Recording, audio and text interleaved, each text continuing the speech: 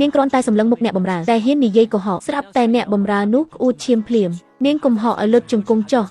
អ្នកបម្រើទុនជង្គង់ក៏លើកចុះដោយមិនដឹងខ្លួនហើយក្រាបសុំការលើកលែងទោសគ្រប់គ្នាភ្ញាក់ផ្អើលយ៉ាងខ្លាំងមិនយល់ថាក្មេងស្រីដែលស្លូតបូតមិនក៏ប្រែជាគួរឲ្យខ្លាចបែបនេះតាមពិតពេលនេះនាងលែងជាមនុស្សដែលគេងាយធ្វើបាបទៀតហើយនាងគឺជាកូនបង្កើតរបស់ត្រកូលសិនតែកាលពីម្សិលមិញត្រូវកូនចិញ្ចឹមបោកទៅសម្លាប់នាងបានខលទៅសុំជំនួយពីឪពុកតែឪពុកបែរជាជេរថានាងសម្ដែងព្រោះគាត់គិតថាថ្ងៃនេះសម្បត្តិចូលរៀនរបស់កូនចិញ្ចឹមមកដល់នាងគ្រាន់តែចង់ទាញចំណាប់អារម្មណ៍ដោយធ្វើជាកំសត់ឪពុកថាសុខចិត្តយកតែកូនចិញ្ចឹមទេបើនាងស្លាប់កាន់តែល្អគ្រាន់តែដាក់ទូរស័ព្ទចុះនាងត្រូវកូនចិញ្ចឹមធាក់ចូលរណ្ដៅខ្មោចនាងនឹកស្មានមិនដល់ឪពុកម្ដាយបង្ខំឲ្យនាងទទួលកំហុសជំនួសកូនចិញ្ចឹមរហូតចុងក្រោយបែរជាត្រូវស្លាប់យ៉ាងវេទនានាងមិនអស់ចិត្តទេកូនចិញ្ចឹមកប់នាងរួចក៏ដើរចេញទៅស្រាប់តែពេលនោះមានដៃមួយលោកចេញពីភ្នោកូនចិញ្ចឹមមិនដឹងទេថាដោយសារកំហឹងដ៏ខ្លាំងក្លាវិញ្ញាណគុំគួនបានចូលសន្ធិដ្ឋក្នុងខ្លួននាងបើឯងហើយយើងចេញពីនរកហើយពួកអ្នកដែលធ្វើបាបឯងនឹងត្រូវសងផលកម្មវិញនាងក៏ដើរសម្ដៅទៅផ្ទះគ្រួសារត្រកូលសិនកំពុងសប្បាយចិត្តតែកូនចិញ្ចឹមប្រឡងជាប់សាកលវិទ្យាល័យឪពុកថែមទាំងរៀបចំពិធីជប់លៀងយ៉ាងធំទៀតផងបន្តិចក្រោយមកនាងដើរចូលផ្ទះទាំងប្រឡាក់ដីកូនចិញ្ចឹមភ័យស្លេកមុខឆ្ងល់ថាម៉េចក៏វាមិនស្លាប់ឯគ្រួសារមិនបានដឹងទេថាកូនចិញ្ចឹមចិត្តពីស្ពូលប៉ុណ្ណាសង្សារដែលនាងធ្លាប់ទុកចិត្តបំផុតបានមកជួយជូតដីចេញពីខ្លួនតែតាំងពីគេធ្វើសាក់សីคล้ายឲ្យកូនចិញ្ចឹមធ្វើឲ្យនាងត្រូវគេបណ្ដេញចេញពីសាលានាងលែងជឿជាក់លើគេទៀតហើយប្រុសម្នាក់នោះធ្វើជាល្អថានឹងជួយនាងបើនាងរងភាពយុត្តិធម៌នាងក្រឡាស់ដៃចេញហើយថាអ្នកក្បត់នឹងត្រូវរន្ទះបាញ់ប្រុសនោះក៏លើកដៃស្បភ្លាមស្រាប់តែមានរន្ទះបាញ់ចុះមកមែននាងសម្លឹងគេដោយភ្នែកក្រហមឆេះប្រុសនោះក៏ឈឺទ្រូងចុកចាប់រួចក្អួតឈាមចេញមកភ្លាមបងប្រុសប្រាប់ឲ្យនាងទៅបដូរខោអាវចាំចប់កម្មវិធីសិនចាំនិយាយគ្នានាងប្រាប់ទៅកូនចិញ្ចឹមថាកម្មវិធីនេះជាផ្លូវទៅនរករបស់នាងហើយបន្តិចក្រោយមកនាងចេញមកវិញជាមួយឈុតដូចឈុតកាន់ទុកសពតែកាន់ក្រដាសសែនខ្មោចបងប្រុសខឹងខ្លាំងសួរថាម៉េចក៏ស្លៀកពាក់បែបនេះនាងថាខ្ញុំគ្មានលុយទិញខោអាវទេបងប្រុសឲ្យអ្នកបម្រើបញ្ជាក់ព្រោះគេឲ្យលុយ300000រាល់ខែ3ឆ្នាំមកនេះសរុបជាង10លានហើយម៉េចក៏គ្មានលុយទិញខោអាវម្ដាយក៏លួចញាក់ភ្នែកដាក់អ្នកបម្រើក៏កុហកតែបំពេញថាបានបង្វែរលុយឲ្យនាងគ្រប់ចំនួនហើយនាងគ្រាន់តែសម្លឹងមុខគេមួយផ្លែតអ្នកបម្រើក៏លុតជង្គង់សារភាពការពិតថាប្រាក់ខែដែលបងប្រុសឲ្យត្រូវបានជំទាវធំដល់យកទៅឲ្យកូនចិញ្ចឹមចាយទាំងអស់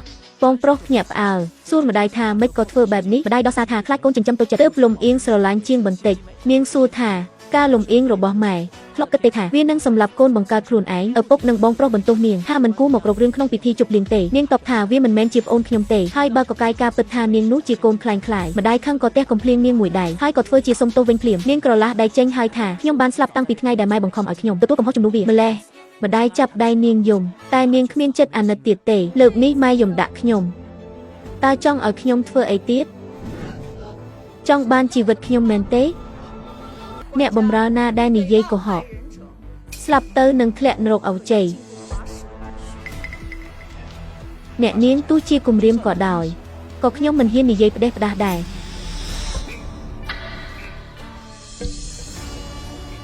តាប្រធាន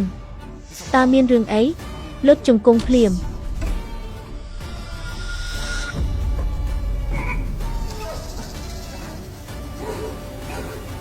ខ្ញុំនិយាយហើយជំទាវមិនដែលឲ្យលុយអ្នកនាងសិននាងទេថាម៉េចតានិយាយស្អីហ្នឹងខ្ញុំឲ្យតាវេលុយឲ្យនាងរាល់ខែតើ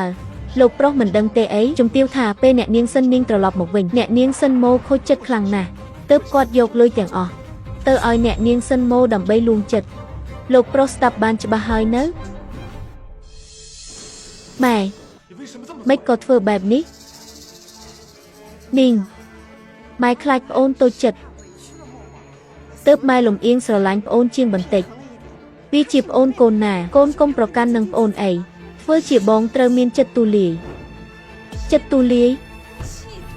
ម៉ែឲ្យខ្ញុំចិត្តទូលាយតែមិនគិតថាការលំអៀងរបស់ម៉ែនឹងសម្លាប់កូនបង្កើតខ្លួនឯងទេសិននាងទោះជាពួកយើងខុសក៏អាចនិយាយគ្នាល្អបានថ្ងៃនេះជាថ្ងៃជប់លៀងប្អូនឯងមិនក៏ឯងមកអុកឡុកនាង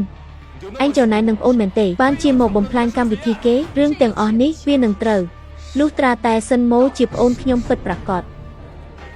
សិននាងឯងចង់ធ្វើអីសូមណែនាំសិនម៉ូដែលលោកនឹងជំទាវសិនស្រឡាញ់ថ្នាក់ថ្នមពេញមុខពេញមាត់គឺជាកូនខ្លែងខ្លាយដែលដណ្ដើមទ្រនឹងគេ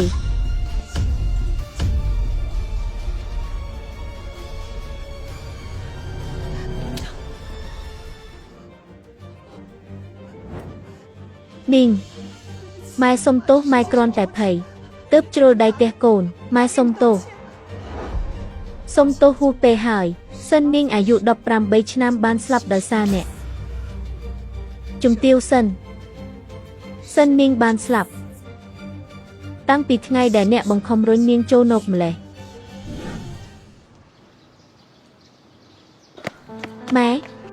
ម៉ែមកធ្វើអីនាងម៉ែមានរឿងចង់សុំកូន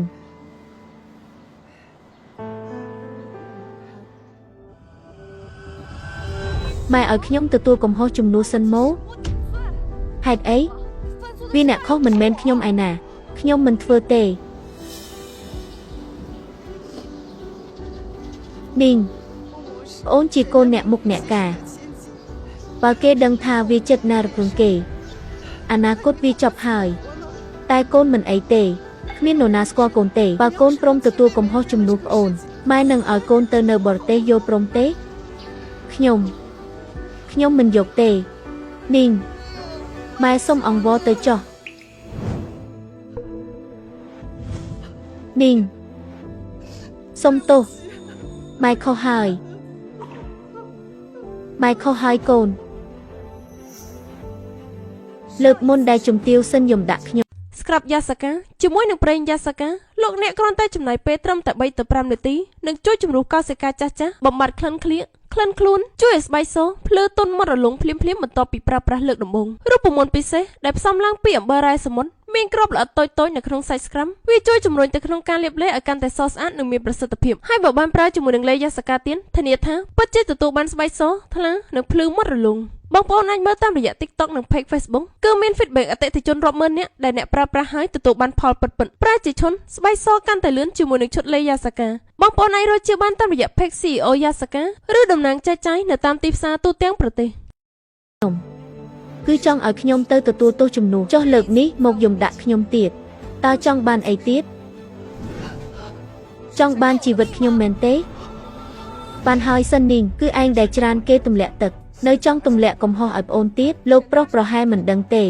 កាលនោះសិនម៉ូរុញគេទម្លាក់ទឹកខ្លួនឯងមនុស្សដែលបងឃើញថាស្លូតបូតនេះគឺប្រើភាពទន់ខ្សោយនឹងការអាណិតមកចាប់ជំរិតកូនបង្កើតខ្លួនឯងជប់និយាយមិនពិតទៅឯងថាម៉េចសិននាងកុំមកចោទប្រកាន់ម៉ែនឹងប្អូនទទួលស្គាល់ថាពួកយើងធ្លាប់មើលរំលងឯងចុះឯងគ្មានកំហុសសោះហេមកពីឯងចំណែនខ្លាចប្អូនដណ្ដើមតំណែងមែនទេទើបឯងធ្វើគ្រប់យ៉ាងដើម្បីបំផ្លាញកេរ្តិ៍ឈ្មោះប្អូនឈប់និយាយទៅអាហឺកុំនិយាយឲ្យម៉ែបែបនេះបងនៅកាន់ជើងគាត់ទៀតបានហើយឈប់ឆ្លោះគ្នាទៅនាងពុកដឹងថាប៉ុន្មានឆ្នាំនេះកូនលំបាកច្រើនហើយថ្ងៃក្រោយបើមានរឿងអីប្រាប់ពុកមកកុំមកធ្វើពុតនៅទីនេះខ្ញុំរស់នៅក្នុងផ្ទះនេះយ៉ាងម៉េចខ្លះពុកមិនដឹងមែនឬ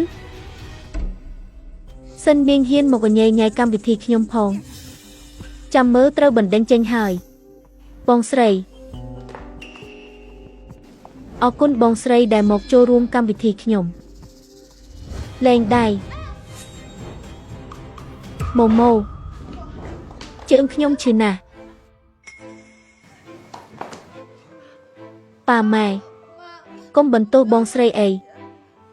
កុំយំអីសិននាងជាអ្នកធ្វើមែនទេអត់ទេបងប្រុសមិនមែនកំហុសបងស្រីទេគឺខ្ញុំខ្លួនឯងដែលដួលសិននាងមិនក៏ឯងចិត្តអាក្រក់យ៉ាងនេះសុំទោសភ្លាមច្បាស់ហើយថាចង់ឲ្យខ្ញុំសុំទោស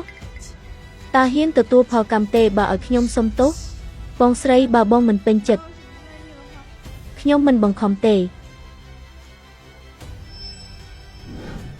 សុំទោសនាងទៅ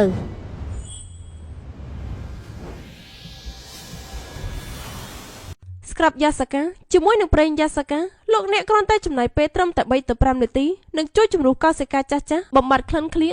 ខ្លួនជួយឲ្យស្បែកសភ្លឺទន់មាត់រលុងភ្លាមបន្ទាប់ពីប្រើប្រាស់លើកដំបូងរូបមន្តពិសេសដែលផ្សំឡើងពីអំបិលរ៉ែសមុទ្រមានគ្រាប់ល្អិតតូចៗនៅក្នុងសាច់ស្ក្រាំវាជួយជំរុញទៅក្នុងការលាបឡេឲ្យកាន់តែសស្អាតនិងមានប្រសិទ្ធភាពហើយបើបានប្រើជាមួយនឹងឡេយ៉ាសាកាទៀតធានាថាពិតជាទទួលបានស្បែកសថ្លានិងភ្លឺមាត់រលុងបងប្អូនអាចមើលតាមរយៈ TikTok និង Page Facebook គឺមាន feedback អតិថិជនរាប់ម៉ឺននាក់ដែលអ្នកប្រើប្រាស់ហើយទទួលបានផលពិតប្រើជាឈុនស្បែកសកាន់តែលឿនជាមួយនឹងឈុតលេយ៉ាសាកាបងប្អូនអាចរកជាបានតាមរយៈ Page CEO យ៉ាសាកាឬតំណាងចែកចាយនៅតាមទីផ្សារទូទាំងប្រទេស